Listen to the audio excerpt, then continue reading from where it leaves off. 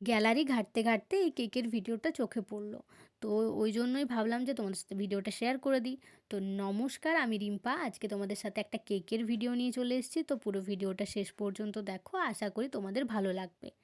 তো তোমরা কেকের ভিডিওগুলো অনেকেই দেখতে পছন্দ করো, আবার অনেকে কেকের অর্ডার করতে চাও। তো কেকটা কিন্তু আমি আমার লোকাল এরিয়ার মধ্যেই অর্ডারটা নিয়ে থাকি, কারণ কেক ডেলিভারি হয় না। এই নিয়ে এই কথাটা আমি অনেকবার বলেছি। তো মানে কি বলবো, অনেকবার বলেছি। তারপরেও তোমরা আমাকে বারবার জিজ্ঞাসা করো যে আমার কেক লাগবে। আমি হাওড়া থেকে বলছি, আমার কেক লাগবে। আমি পুরুলিয়া থেকে বলছি।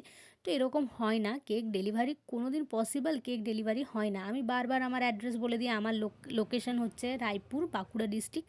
তো তোমরা রায়পুরের আশেপাশে যারা থাকো তারাই শুধু কেক পাবে, কেক ডেলিভারি হবে না।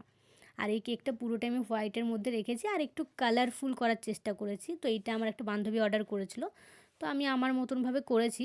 তো তোমরা যদি এরকম সুন্দর, সুন্দর কেক অর্ডার করতে চাও, যারা রায়পুরে বা রায়পুরের আশেপাশে আছো, তো তারা আমার হোয়াটসঅ্যাপ নাম্বারে মেসেজ করো।